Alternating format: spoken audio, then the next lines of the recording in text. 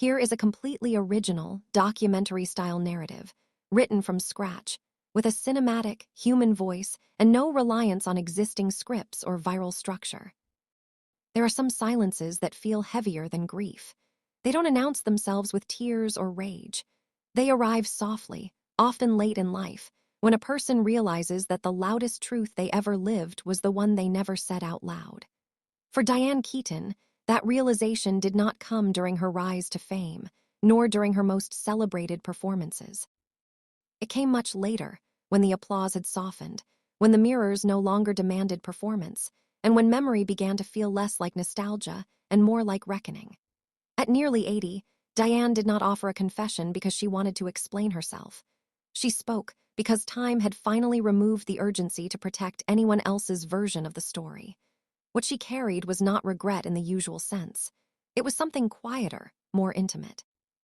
A recognition that one relationship had shaped the architecture of her emotional life in ways she could no longer ignore. This was not the story of a woman abandoned. It was the story of a woman who stayed far longer than anyone realized, and who learned, slowly, painfully, that love does not always fail loudly. Sometimes it simply never arrives where it promises it will. Before the world decided who Diane Keaton was allowed to be, she was a young woman deeply suspicious of certainty. She grew up watching stability from the outside, sensing its comfort but also its quiet suffocation. Her childhood was orderly, disciplined, emotionally restrained. There was affection, but it came carefully measured, never indulgent. Diane learned early how to observe herself from a distance, how to question her own needs before voicing them. That habit would later be mistaken for independence. In truth, it was vigilance. When she entered Hollywood, she did not arrive as a dreamer chasing validation. She arrived as someone determined not to disappear. Success was never the goal on its own. Survival was. She wanted to build a life that did not require asking permission, especially emotional permission. Yet beneath that resolve lived a longing she rarely acknowledged even to herself. The desire to be chosen without negotiation, to be loved without having to translate her needs into something smaller. Al Pacino entered the same industry carrying a very different wound. His childhood was fragmented, shaped by absence rather than expectation. He learned early that attachment could vanish without warning. Love was something that arrived unpredictably and left without explanation. Where Diane learned to brace herself against erasure, Pacino learned to avoid dependence altogether. Acting became his sanctuary because it allowed him to feel without consequence. On stage, he could surrender completely, knowing the lights would eventually go dark and release him. Real intimacy did not offer that safety. It asked him to remain present after the emotion passed. When he arrived in Hollywood, he carried talent, intensity, and a deep reluctance to anchor himself to anything that might ask him to stay. Their meeting was unremarkable on the surface. No dramatic introduction, no instant mythology. They encountered each other as two working actors navigating uncertainty. What drew them together was not attraction in the conventional sense, but recognition. Diane saw someone whose confidence masked unease. Pacino saw someone whose humor masked vigilance. Neither was trying to impress. That absence of performance created space. Their conversations were fragmented, unfinished, often circling around ideas rather than declarations. It was not romance as spectacle. It was intimacy as curiosity.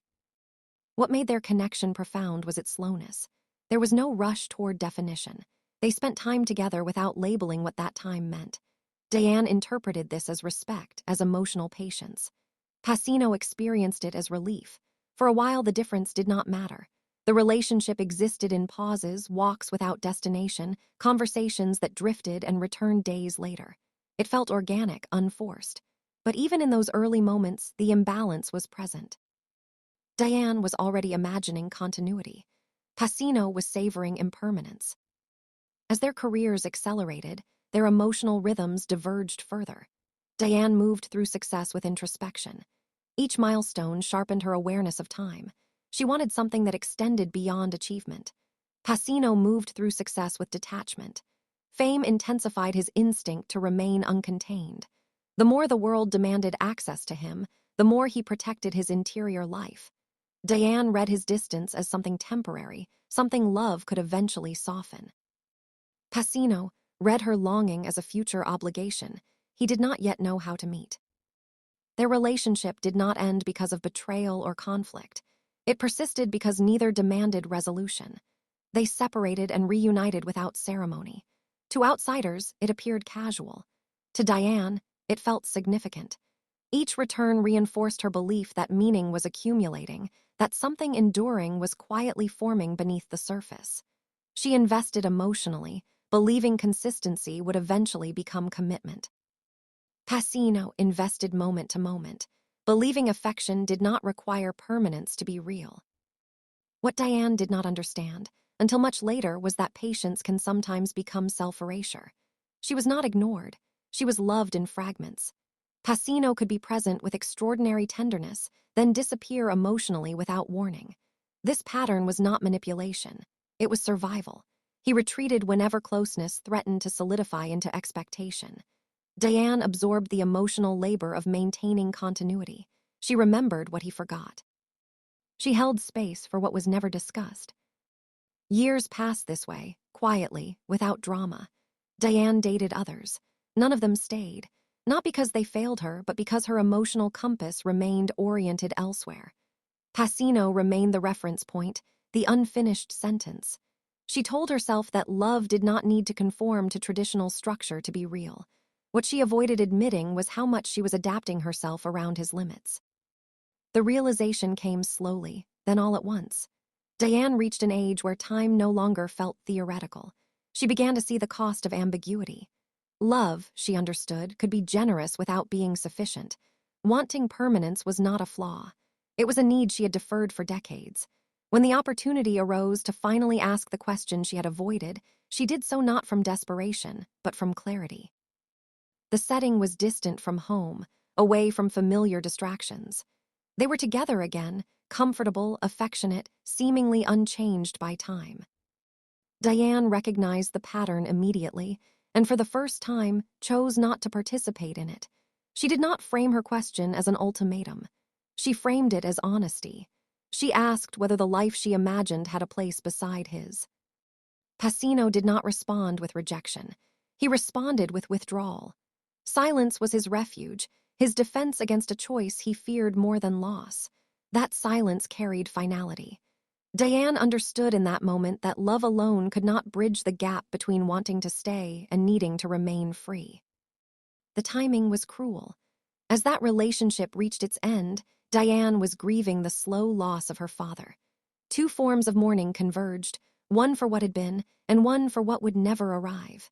She entered therapy not to recover from heartbreak, but to confront a pattern of self-negotiation she could no longer justify. Therapy gave her language for what she had lived without numbing. She learned the difference between loyalty and endurance, between patience and self-denial. She understood that loving someone deeply does not obligate you to accept less than you need. That realization did not erase the love. It reframed it. Diane chose a different future. She did not replace Pacino. She did not search for equivalence. She chose motherhood through adoption, not as compensation, but as intention. She built a life centered on presence rather than waiting. Her children did not arrive to fill a void. They arrived into a woman who had finally stopped postponing her own fulfillment. Pacino's life unfolded differently. He remained unanchored by design. Relationships came and went. Fatherhood arrived without permanence. He did not regret his choices, but neither did he revise them. Freedom, for him, remained synonymous with safety. They did not remain in contact, not out of bitterness, but respect for finality. Some relationships required distance to preserve what was meaningful about them. They understood that continuing would reopen wounds neither wanted to revisit. Years later, when Pacino spoke publicly about Diane, his words carried the weight of hindsight. He expressed admiration, affection, and love, freely, generously, without expectation. It was everything Diane had once needed to hear, delivered after it no longer required response. Diane received those words without collapse. She had already grieved the future they implied.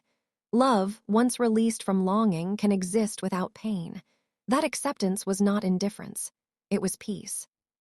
When Diane eventually reflected on the relationship, she did not frame it as loss.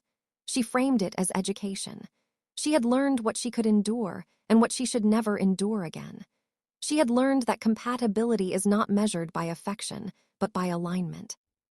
Their story resists easy categorization. It was not tragic nor triumphant. It was human. Two people shaped by different fears, meeting with genuine love but incompatible needs. Neither was wrong. Neither was cruel. They were simply unable to arrive at the same place at the same time.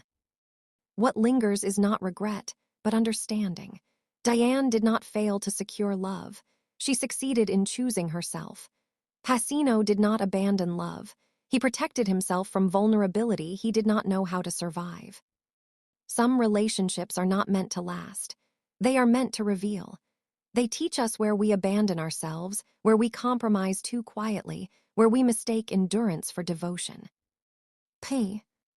Diane Keaton's story is not about waiting too long. It is about recognizing when waiting becomes self-erasure and having the courage to stop. In the end, love did not leave Diane empty. It left her clear, clear about what she deserved, clear about what she could give, and clear about the truth that some people enter our lives not to stay, but to show us who we are when we stop asking someone else to complete us.